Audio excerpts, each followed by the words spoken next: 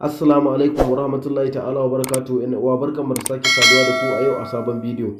A yau bidiyon mu zai muku bayani ne akan yadda za ga sirrin duk wanda kake so ka gani. To taya kuma ta wace hanya? Dan ganin yadda abin zai kasance kawai ku biyo mu tun daga farkon bidiyon nan har ƙarshe.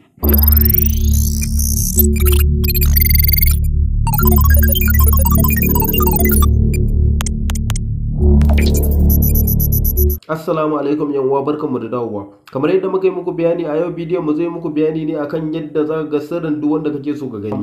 Amma da Allah ba ma so wani amfani da wannan hanyar domin ya cutar da wani. Mun binciko muku wannan hanyar ne domin ku yi abin da ya dace, ba wai don ku bata ma wani ko kuma ku musguna ma wani ba. Dan haka kafin mu je ga darasin da Allah muna roƙon ku duk wanda bai je mana subscribe ba ya je danna mana alamar subscribe, ya danna mana ƙararrawa ta yadda da zarar mun sa wani sabon bidiyon za a sanar da ku. Mun gode. Don haka mu je zuwa ga maudu'in kai tsaye. Don haka abu na farko da mutum zai fara yi shine zai nemo inda Play Store ɗinsa yake. Kamar yadda kuke gani mu ga Play Store ɗinmu nan, yanzu sai ka zo bayan ka nemo Play Store ɗinka sai ka danna a kansa. Bayan ka danna a kansa zai buɗe maka kamar haka. Sai ka zo nan wajen da aka sa search for Apple and games nan sai ka danna a kansa. Gashi nan wannan, ko kuma ka danna wannan ɗan layi-layin guda uku. Kamar yadda kuke gani bayan ya buɗe sai ka rubuta sunan application din shine flash keylogger. Kamar yadda kuke gani bayan ka gama rubuta sunansa sai ka zo sai ka danna searching. Gashi nan sai ka danna searching. Sunan application din shine gashi nan flash keylogger. Bayan ya nuna maka haka sai ka yi downloading ɗinsa. Bayan ka yi downloading ɗinsa za ka yi installing ɗinsa. Bayan ka yi installing ɗinsa sannan sai ka zo sai ka danna shi akan wannan open ɗin, zai nuna maka wannan open ɗin sai ka danna a kansa. Bayan ka danna kansa kun ga wannan shine Teams din application din gashi nan. Sai ka zo sai ka danna wannan skip din. Bayan ka danna wannan skip din zai nuna maka ka zaɓi lambobin da kake bukata wanda zaka sanya masa, ma'ana lambobin sirri na musamman wanda zaka sanya masa, ma'ana password kenan. Sai ka zo sai ka zaɓa masa.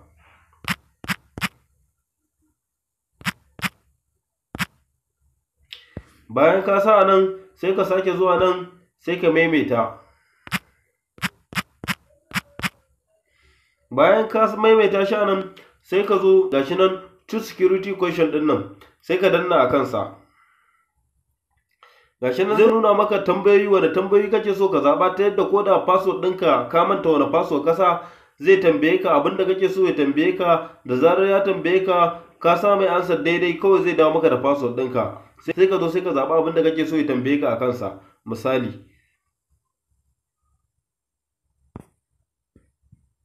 sai ni barin zaɓi nan. Sai ka zo sai ka danna akan wannan yo answer ɗin. Gashi nan wannan. Bayan ka danna a kansa sai ka zaɓi abin, sai ka rubuta abin da kake so. Idan ka manta ainihin password ɗinka ya tambaye ka abin sai ka faɗa masa menene. Gashi nan mun sa Kano. Bayan ka haka sai ka zo ka danna akan wannan created password ɗin. Gashi nan sai ka danna a kansa. Bayan ka danna a kansa sai ka zo sai ka danna akan wannan gashi nan don't show again din nan. Bayan ka danna a kansa sai ka zo sai ka danna wannan close din. Bayan ka danna akan wannan close din sai ka zo sai ka danna akan wannan. Bayan ka danna a kansa sai ka zo sai ka danna akan wannan enable keyboard din nan. Bayan ka danna akan wannan enable keyboard din zai nuna maka haka, sai ka zo ka danna akan wannan flash keylogger din nan. Bayan ka danna akan sa zai nuna maka haka, sai ka zo ka danna akan wannan OK din. Bayan ka danna akan sa sai ka zo sai ka yi baya. Bayan ka dawo baya zai nuna maka haka, sai ka zo sai ka sake dannawa akan wannan select keyboard din nan. Bayan ka danna akan sa sai ka zo sai ka danna akan wannan flash keylogger din nan. Bayan ya nuna maka haka sai ka zo sai ka danna akan wannan flash keylogger din nan gashi nan wannan dan farin. Ya bude sannan sai ka zo sai ka danna akan wannan gashi nan accessibility service din nan sai ka danna akan sa. Bayan ka danna akan sa kun ga ya nuna maka haka. Bayan ya nuna maka haka, za ka zo sai ka danna akan wannan flash keylogger din nan. Bayan ya nuna maka haka, sannan za ka zo sai ka danna wannan botul din. Bayan ya nuna maka wannan botul din, za ka zo sai ka danna akan wannan OK. Bayan ka danna akan OK, za ka sa hoton ɗan yatsanka ko kuma ka sa password ɗinka. Bayan ka gama sai ka zo sai ka danna ka koma baya. Bayan ka dawo baya zai nuna maka haka, sannan sai ka zo sai ka danna akan wannan enable ɗin. Gashi nan wannan enable ɗin. Bayan ka danna wannan enable ɗin zai nuna maka haka, sannan ka riga ka gama cike komai kenan. Yanzu bari mu gwada muku yadda application ɗin yake aiki.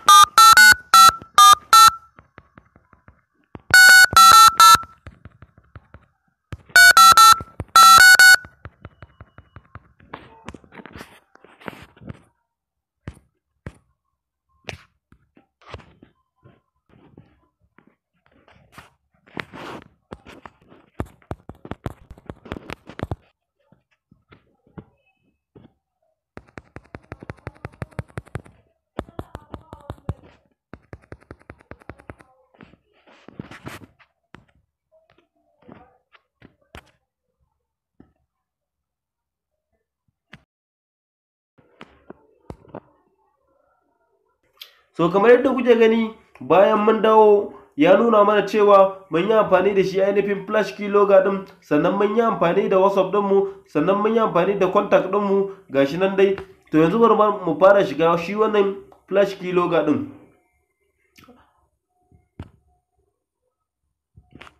Kamar yadda kuke gani, bayan kun shiga shi wannan flash keylogger din, za ka zo sai ka shiga wannan accessibility din.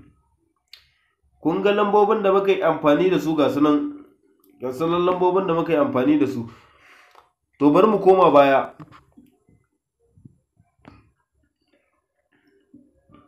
Yanzu kuma bari mu zo sai mu danna akan WhatsApp, ku ga abubuwan da muka rubuta a WhatsApp.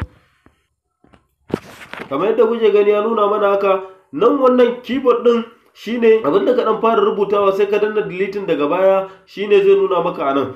To idan ka danna wannan accessibility din, shine zai nuna maka rubutun da kai da gashi nan, da wanda ka goge da wanda ba goge ba, duka yana nan gurin. Gashi nan kun gani wannan lambobin su ne wanda muka je muka sassa, wani muka gwaggwada muka goggoge, ga sanan dai su ne nan. To wannan application din yana da matukar muhimmanci sosai. To bayan ka yaka, sannan sai ka zo sai ka koma baya, sannan sai ka zo sai ka danna akan wannan layukan guda uku. Bayan ka danna akan wannan layukan guda uku, za ka zo sai ka shiga wannan settings, sai ka danna akan wannan settings din. Bayan ka danna akan wannan settings din, sai ka zo sai ka danna akan wannan apple icon din. Wannan apple icon din amfaninsa shine za ka iya canja ma ainihin shi application din hoto. Bari mu danna a kansa. Bayan mun danna a kansa, kun ga ya nuna mana haka, a nan za mu iya zaben hoton da muke so mu sa, ko mu sa mai na wannan calculator din, ko mu sa mai na wannan calendar din, ko kuma sa mai na wannan abu na din, ta yarda wanda muke so mu ainihin sa application din akan wayarsa ba zai fahimci wani irin application bane, ko ba ma zai kawo ma akwai application din ba, saboda mun canja wa application din background gaba daya. Zai tunanin kawai samtun wani abu ne kamar calculator ko kuma dai calendar dai menene, ba ma zai kawo shi ba kwata-kwata. Sai ka zo mu bari mu zaɓi wannan calendar.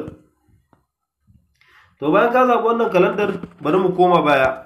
To bayan mun dawo baya, kun ga application din ya dawo calendar, ya zama calendar. Duk wanda ya kalle shi aka kalle shi a matsayin calendar, gashi nan. Amma idan ka danna kansa, shine zai baka application din. Gashi nan sai ka zo sai ka danna sai ka yi login. Amma mu mun kawo muku wannan application din ne domin ku yi amfani da shi ta hanya mai kyau, ba wai ta mummunan hanya ba. Duk wanda ya amfani da shi ta hanya mara kyau, mu babu ruwanmu. Wannan shine bidiyon. Duk wanda ya ji daɗin wannan bidiyon sai ya danna mana like. Da Allah kuma a share din wannan bidiyon saboda wasu masu amfana. Mun gode.